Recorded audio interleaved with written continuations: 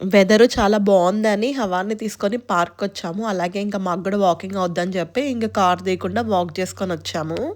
నేను చాలా రోజులుగా ఒకటి చెప్దామనుకుంటూ ఉన్నా. ఇంక మర్చిపోతున్నా. ఇంక ఇప్పుడు గుర్తొచ్చింది. అందుకే ఇంకా వీడియో షూట్ చేస్తున్నాను.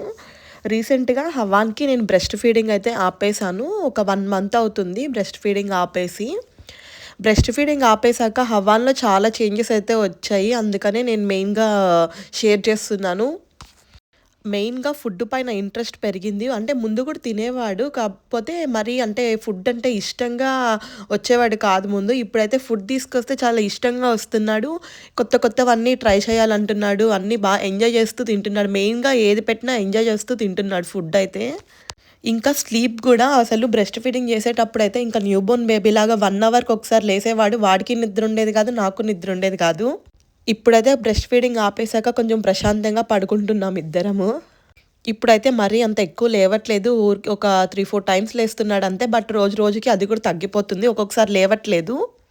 నేనైతే చాలా భయపడ్డానసలు. ఎలా మాన్పించాలి ఏంటి అని. అంటే చాలా వీడియోస్ అయితే చూసాను. ఇంకా గూగుల్ చేశాను. చాట్‌జీపీటీని అడిగాను.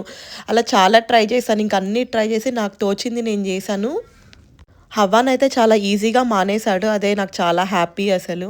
ముందైతే ఫుడ్ విషయంలో చాలా పిక్కీ ఉండేవాడు. అన్నీ తినేవాడు కాదు. ఇప్పుడు చెప్తున్నాను గదా! అసలు మొత్తం ఇంకా ప్రతి ఒక్కటి అసలు వాడు తినంది గూడా అన్నీ ఇప్పుడు ట్రై చేయాలి అంటున్నాడు. ఫుడ్ విషయంలో అయితే చాలా happy నేనిప్పుడైతే.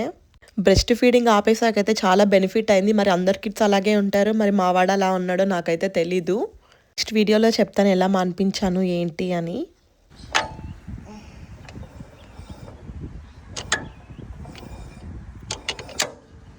Show me red colour. Red. Good job.